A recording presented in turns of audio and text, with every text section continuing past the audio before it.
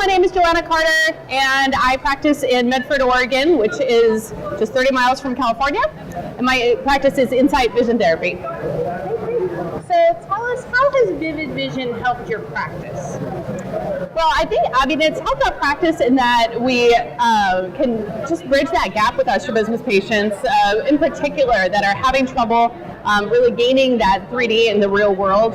And so, when I talk to the parents at that consult and tell them all the different ways that we're going to be able to help those patients, it's just another tool that we can add to our practice to be able to help them in that way. So that's it.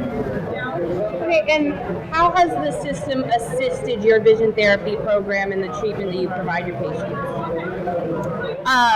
So we'll utilize it in a couple of different ways. I love the fact that we can not only help our strabismic and amblyopic patients, but that it also has some perceptual capabilities now. And so a lot of our patients do use the system just in office. So for example, for our patients that have perceptual challenges, we'll use the last match game or the turbo to be able to work on those things. But then we also, of course, have the option for the Vivid Vision Home, which really helps our patients with the more challenging strabismus or amblyopia to be able to work on that in practice more than just once a week or however they can be in the office. Do you have any favorite activities or features within Vivid Vision that you utilize? We're really happy with the Barnyard Bounce. That's been a really fun addition. It's super fun to hear things like, our 30-year-old patient loved the chicken game, So I really do like that. It seems like we're getting more and more engaging type activities.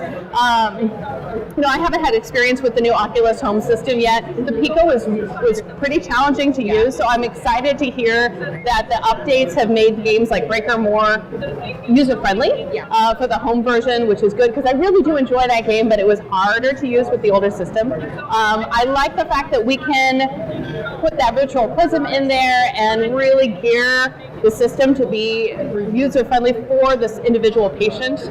I chose Vivid Vision because I felt like it was a little more medical device and a little bit less gamey, although there obviously are games compared to some of the other softwares, because I have a medical practice and I just wanted it to be more like that. Okay. Yeah.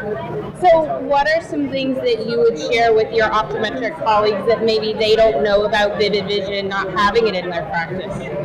Yeah, I think for my non-VT optometrists, I think it's important for them to realize that we do have this cutting-edge technology in our practice. We are one of just a couple providers in our whole state that have Vivid Vision, and certainly the only one in our geographic location. And so for them to realize that there are ways that we can work on these visual issues that don't require surgery, that don't require an eye patch. So we're treating the binocular vision problem with binocular vision treatment. So I think that's really important for my vision therapy colleagues. I think it's good for them to realize that there are these techniques available that can, like I said, that can bridge that gap.